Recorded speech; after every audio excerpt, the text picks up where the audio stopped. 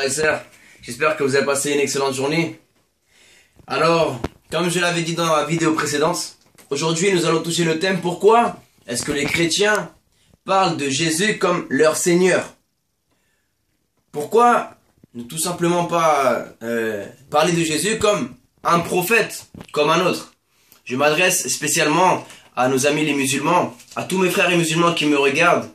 Eh bien, je voudrais vous inviter à prendre un temps pour regarder cette vidéo et qu'on puisse partager ensemble avec les Écritures. Parce que tout ce que je vais vous dire, c'est basé sur la Torah et l'Évangile.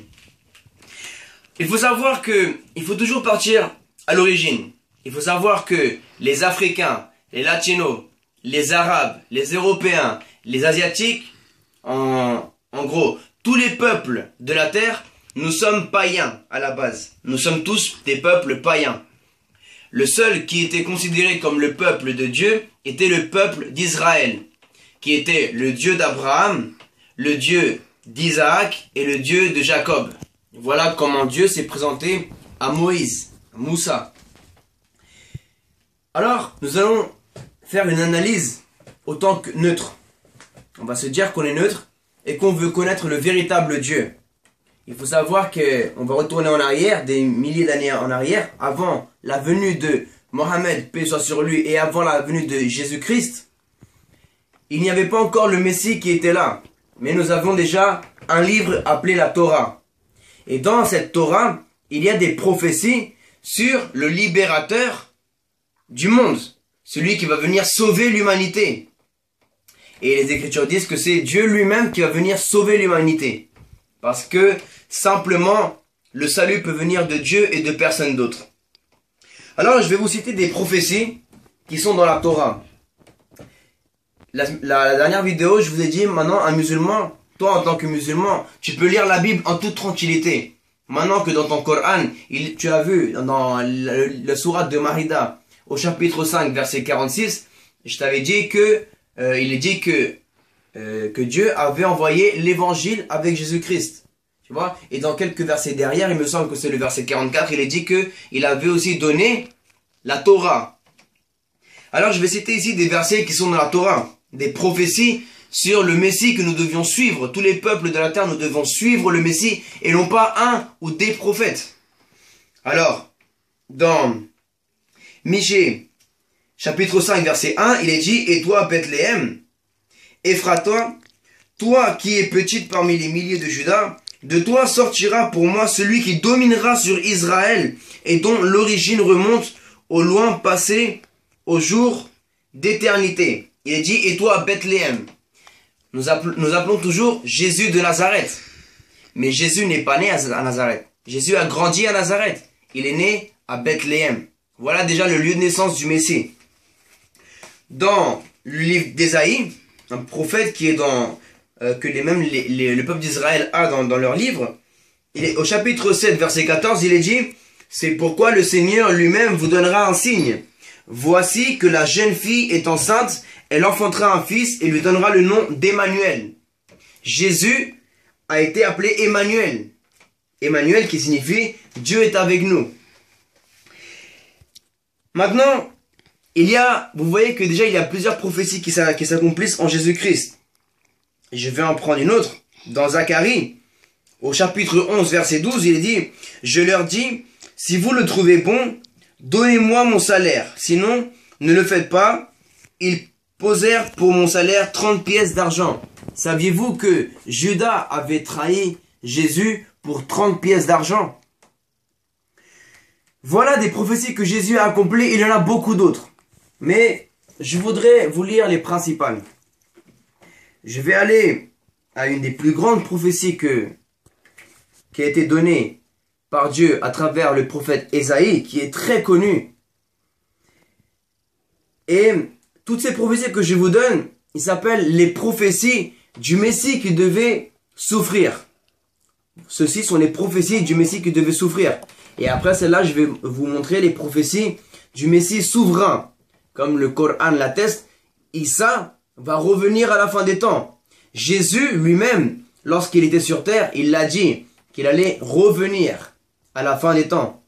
Eh bien, dans la Torah, il est aussi dit que le sauveur de l'humanité aura une venue glorieuse. Mais d'abord, il doit avoir une venue de souffrance.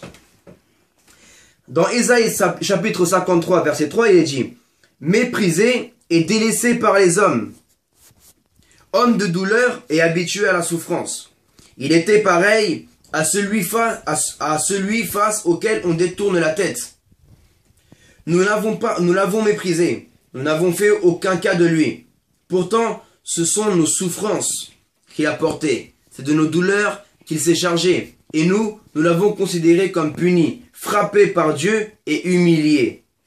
Mais lui, il était blessé à cause de nos transgressions, brisé à cause de nos fautes. La punition qui nous donne la paix est tombée sur lui. Et c'est par ses blessures que nous sommes guéris. » Il y a tout le chapitre 53 qui parle du Messie souffrant.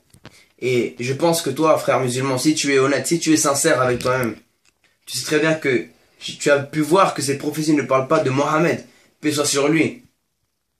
Il n'a pas payé le prix de nos péchés. Il n'a pas pris nos souffrances. Et tout ce que tu vas pouvoir voir dans ce chapitre 53 d'Ésaïe, je t'invite à prendre une Bible et à le regarder par toi-même et demander que Dieu te donne la révélation. Tu vas voir qu'il s'agit de Jésus-Christ. Maintenant, nous allons aller à la base du thème. Pourquoi les chrétiens parlent de Jésus comme le Seigneur? Pourquoi ne pas simplement l'appeler le Messie? Pourquoi le Seigneur? Eh bien parce que à travers l'histoire, il y a un prophète qui s'est appelé Daniel. Et Dieu lui a donné de nombreuses révélations sur la venue du Christ, dont une qui est très connue, qui est au chapitre 7 du livre de Daniel, du verset 13 au verset 14. Je vais la citer. « Pendant que je regardais dans mes visions nocturnes, quelqu'un qui ressemblait à un fils de l'homme, je m'arrête là, qui est le seul dans l'histoire de l'humanité que nous avons appelé fils de l'homme. Jésus lui-même a dit, le fils de l'homme. Jésus est le fils de Dieu et le fils de l'homme. Quelqu'un qui ressemblait à un fils de l'homme est venu avec les nuées du ciel. Il s'est avancé vers l'ancien des jours et on l'a fait approcher de lui. L'ancien des jours est tout simplement le créateur que nous appelons l'ancien des jours, que la Torah, la Bible appelle l'ancien des jours. On lui a donné, écoutez bien, on lui a donné la domination, la gloire et le règne. Et tous les peuples, arabes, africains, européens, asiatiques, d'Amérique latine, Amérique du Nord, tous les peuples, les nations et les hommes de toute langue l'ont servi. Sa domination est une domination éternelle. Éternelle, ça veut dire qu'il n'y a pas de début et il n'y a pas de fin. Éternelle. Qui ne sera pas, qui ne cessera pas et son royaume ne sera jamais détruit. Mes frères musulmans, vous devez croire à cette prophétie. Le royaume de Jésus-Christ ne sera jamais détruit, car Dieu le Père lui a remis toute autorité dans le ciel, sur la terre et sous la terre. Le problème, et je sais que il faut que tu oublies tout ce qu'on a pu t'apprendre, parce que quand on va parler à la société de nos jours, il y a des clichés. Aujourd'hui, quand on parle de Jésus, tu penses souvent au petit Jésus de la messe qui est dans les bras de Marie. Pour un musulman, Jésus était simplement un prophète. Mais il y a des personnes qui ont falsifié l'identité de Jésus.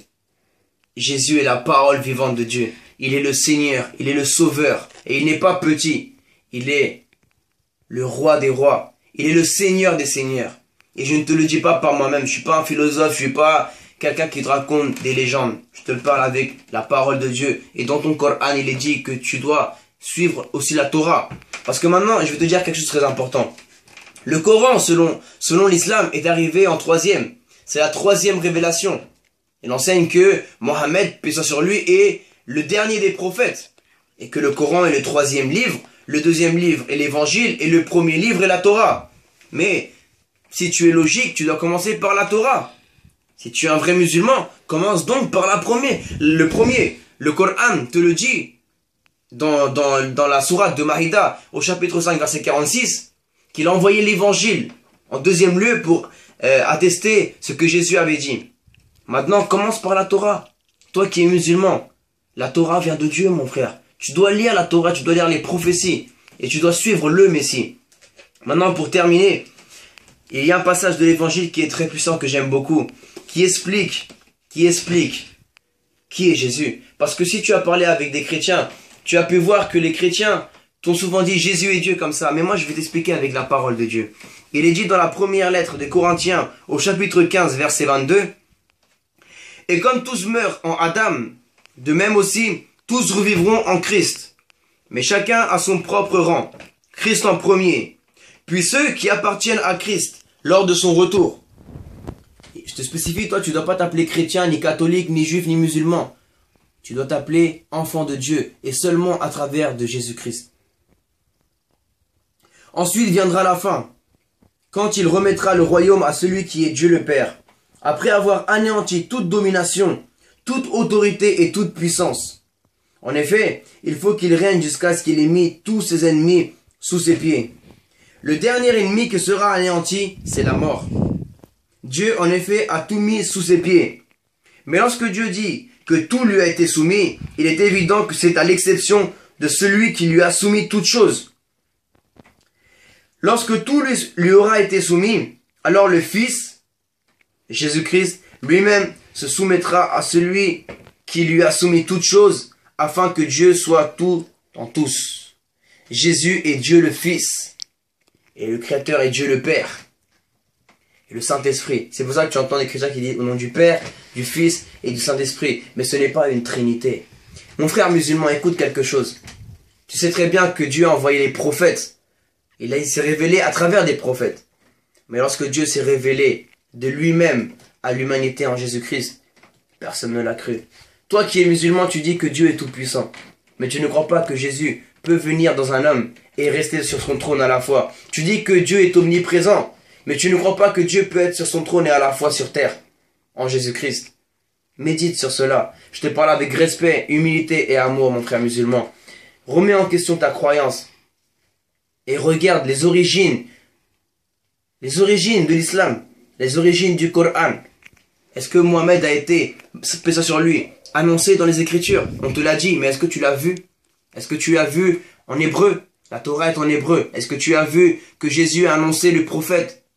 Et les Écritures ont été écrites en grec pour le Nouveau Testament, qui est l'Évangile. Regarde par toi-même. Ne te laisse pas embobiner par des personnes qui sont eux-mêmes manipulées. Parce que le seul qui veut nous égarer, c'est le diable, c'est le shaitan. Et toute la gloire doit aller à Jésus-Christ. Parce que c'est en lui que Dieu le Père a remis toutes choses. Et celui qui glorifie le Fils, glorifie le Père. Mais le shaitan, dans le Coran, il est dit qu'il n'a pas voulu se prosterner devant l'homme. Et il sait très bien qu'il ne veut pas se prosterner devant le roi des rois. C'est pour cela qu'il va essayer de créer des religions et des sectes afin qu'on ne se prosterne pas devant le vrai, le seul, Yahshua, El Messia. Merci de m'avoir écouté, mon frère, ma sœur.